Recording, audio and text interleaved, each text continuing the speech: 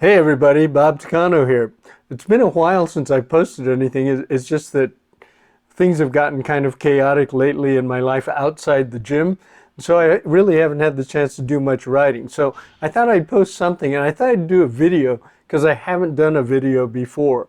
So rather than write something, I thought I would give you some reflections that I had about a weightlifting meet that our team attended this past weekend. It was called the Left Coast Spring Open, held down in Laguna Niguel.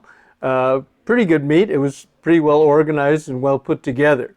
As a coach, and I say this now because I am a coach, I'm not a weightlifter anymore. I'm a coach, and so I like to find out what other coaches are doing and what they're saying. So a lot of times if you see me at a meet, you'll see me in that staging area right where the lifters sit before they go out onto the competitive platform. And what I'm doing is I'm listening to what the coaches are saying. And several incidents happened this last weekend that I thought I should comment upon. One of them was an athlete went out for her first attempt. She missed it. Her coach was standing there. She came back. The coach didn't say a thing. He should have told her what to do to correct that. She went out for her second, made a similar mistake and missed, came back. The coach didn't say anything. She went out for her third attempt, missed. She bombed out. This is a terrible thing to happen. Now, it's the job of the coach to tell the athlete what to do.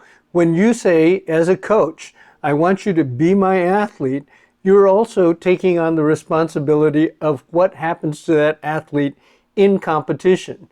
And if you're sitting there in radio silence after your lifter is missed, then you're not doing your job. You're not taking that athlete's lifting seriously. You're not being responsible for it.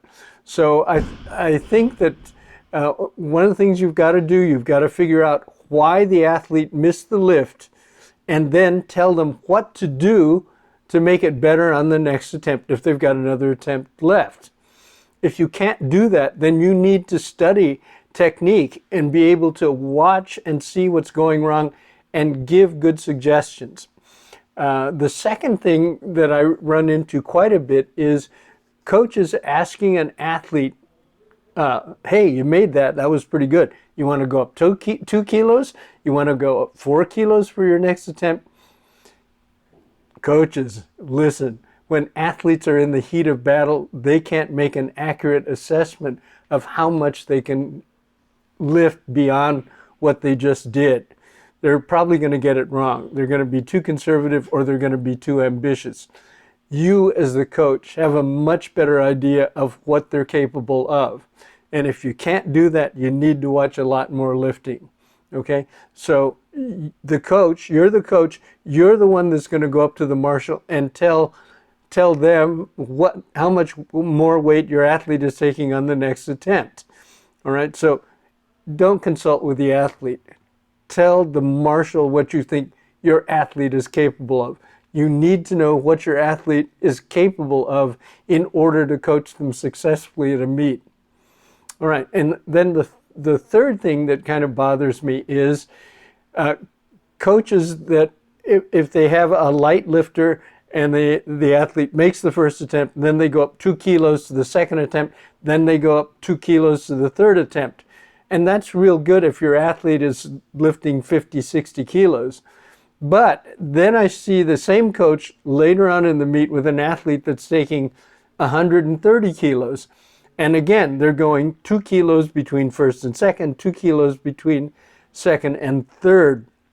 And the thing is, if you're taking such small jumps at very heavy weights, a heavier lifter may not have enough time to recover. Plus, they're taking 3 attempts, usually above 95%. And that can be very difficult for their nervous system to recover from. You need to pick the weights so that there is an adequate amount of increase in between those weights so that the body of the athlete, the nervous system, can adjust to that feeling. If they all feel heavy, you're not going to get the best results. And by the way, if you are, then you're calling the weights too light in the first place. So these are just some of the things that I observe. I think there's something that that coaches need to be aware of. If you don't know about these things, you need to talk to more experienced coaches to find out how they manage a competition, because that's really what you're doing as a coach. You are the one that's managing the performance. Okay? So I hope some of these perusals that I've had will help you to think more about your job when you're coaching on the platform. Okay? All right. Thank you very much. Over and out.